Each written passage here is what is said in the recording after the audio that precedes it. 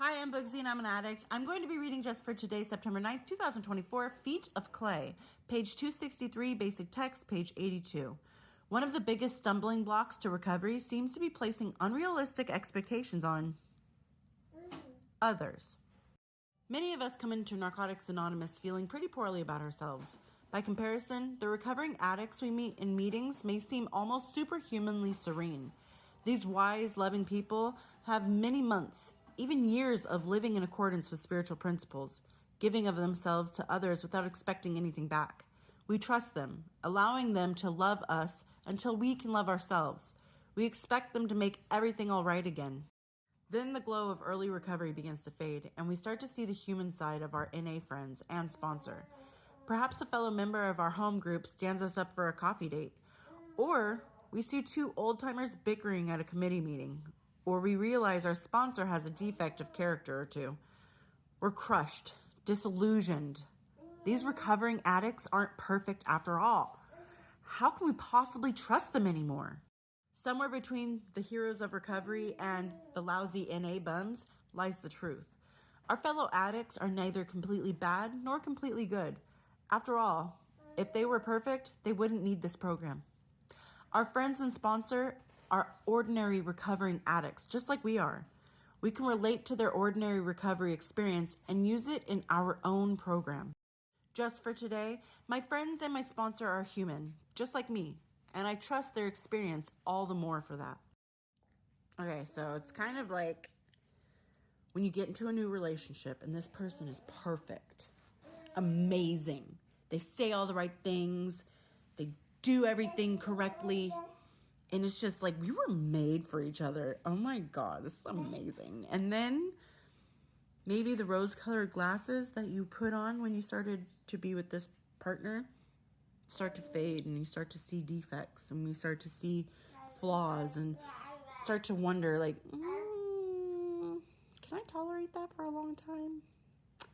It's kind of like that. You walk into NA as a newcomer, the struggling addict, unsure, lost, broken, and just, what am I doing here? Look at all these people who are so successful. Like, I'm just this addict. Like, what am I doing here? And you start to see people and maybe make, rash judgments on them. I can tell you that when I went to NA, when I first started going to NA, I was talking to people who I was like, oh yeah, this person's cool. I can get along with this person. And at the time, I thought they were good for me until I realized that they were kind of the problem child of the group. And we know we all have that, even in the friends group, but it was more the problem child. And the reason why I was attracted to that particular person's energy was because I was still the problem child. And then the people who I saw kind of like, I don't like them. No, I'm judging them because they're more serious and they're probably mean. And I started to realize they're more serious because they're sober. They're more serious because they know how dire it is to be sober. And that's why they kind of give that side eye to somebody who is claiming, greatness when they know the truth. And they're like, So to me, I'm thinking they're judging me when really they're just like, how can we get this person out of addiction? Like, what is going on? Like, they're saying they are sober. We know for a fact they're not. So that just shows me how much I've grown in my recovery, is that who I thought was good for me in my life then when I first got sober compared to who I think is good for me in my life now isn't because they've changed, it's because I've changed. And just like the relationship, you've really got to understand and ask yourself, can I tolerate this for a long time? Can I put up with this person and their character and their flaw and their behavior and their personality and be happy? Because if I can't, there's nothing wrong with walking away. And when you go in, it could be very intimidating because there was so many times I would look around. I'm like, I'm not going to look at this person getting their 30 days. Look at this person getting their year. Look at this person getting their 18 months, their 5 years. We're throwing a party for this 20-year sober person. It's like, that's never going to be me. I would love to be where they are. Like, I don't belong here. But the problem is that I totally forgot that they all started in the same chair I did. New, scared, unsure, judgy. Okay, I'm just judgy. And then they ended up running meetings and encouraging people, sponsoring people, reaching out to people. And that's what I wanted, and that's who I became. And I remember saying in a meeting, and it's so weird how consistently parallel our stories and thoughts and feelings can be. Because I remember going to the meeting, and I spoke at my first meeting. I make it a rule that I speak every time I go to a meeting. Where I'm like, my first meeting I was actually 30 days sober, but I was like, I really am proud of you, because somebody had gotten like a 2-year chip, I believe it was, or 18 months. And I was like, I'm proud of you. Like, I wish I had your time. Like, I wish I had stopped sooner so that I can be getting that chip with you today, kind of, feeling.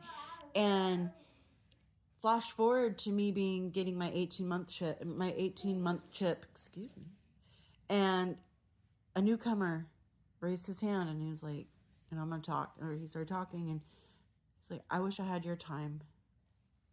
And it just made me smile, because I'm like, I was in that exact chair, in that exact moment, in that exact mind frame, where I thought the same thing.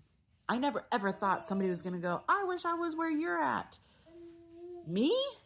You want to be like me? Then I had to remember and remind myself that I wanted to be like them.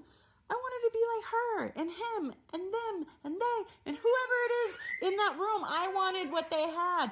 So I went out there and I got it. The only thing that I really had to learn is to not judge that book by its cover. Because in that moment of newbie mindset, that newbie feeling of this person's fun because they're toxic, and I just left toxicity from the street. So of course that's fun because it's what I know. I had to take the time to not judge those who are kind of looking at me sideways like, do we got to watch you? Do we got to make sure that you're not going to fall back? We've got you. We don't want to pressure you, but we're watching you. And once they saw that I was really progressing, they started like, good job. It's like when you're grounded and your parents are just watching you like, are you going to mess up again?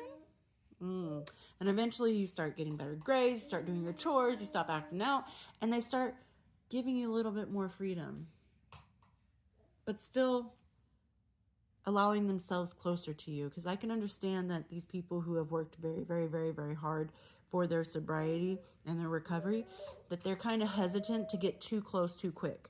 Because I don't want to fall back to where you're at, but I will bring you to where I am. Does that make sense? Anyway, I don't know if I'm just rambling or if I went off the rails with this one, but don't judge. And when you start to see those rose-colored glasses come off of, your face or start to fade, and you start to see these old-timers in all their glory of flaws and defects and character and values and everything all at once, when you start to see that, you ask yourself, is this who I want to be? And if it's not, that's okay, because we all have character defects. We all have flaws. But we also have wonderful values that match our lifestyle. If it doesn't match your lifestyle, that's okay. But don't go in there thinking that anybody's better than you because they have more time, because they're in the same seat as you at one point. And I hope everyone's doing well out there, and I'll talk to you later. Bye.